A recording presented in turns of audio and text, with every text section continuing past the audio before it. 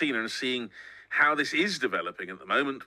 Inflation is going down, poverty figures seem to be going down, but let's see how real that is. Well, let's go from rather bizarrely extreme poverty and difficulties to considerable luxury. I'm sure many people listening have heard of Versace, and they'll have heard of Prada.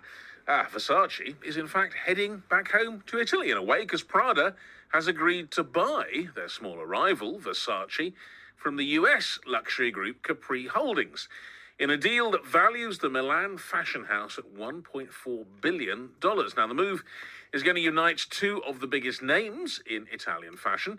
And Karine Laudort, who's known as K Flawless, London-based freelance fashion and lifestyle journalist and fashion expert commentator, told me what she thought was behind all this.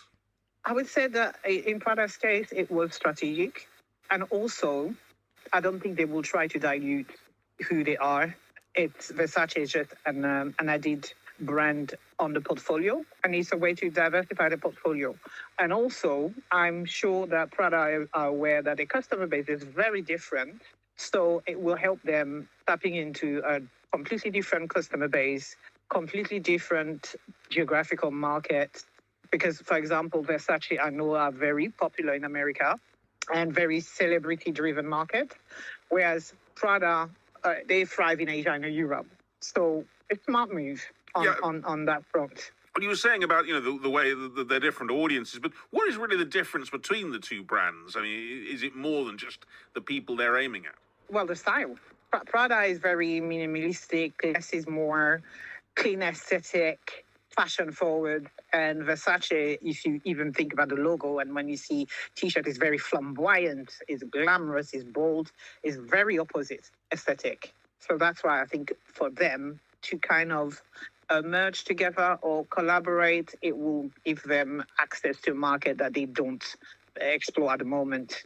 Is it also possible to see this as a kind of national thing? Because it obviously strengthens Italy's hand in the luxury industry. And, of course, it's against the French, LVMH, of course, which owns Louis Vuitton.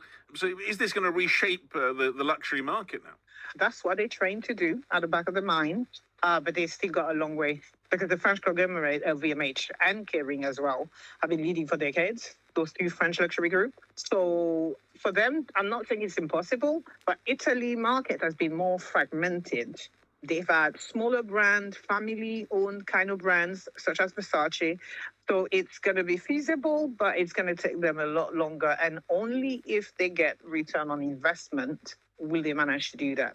And what about those left behind? I mean, Capri Holdings, which obviously they still own Michael Kors and Jimmy Choo, they had to take the tough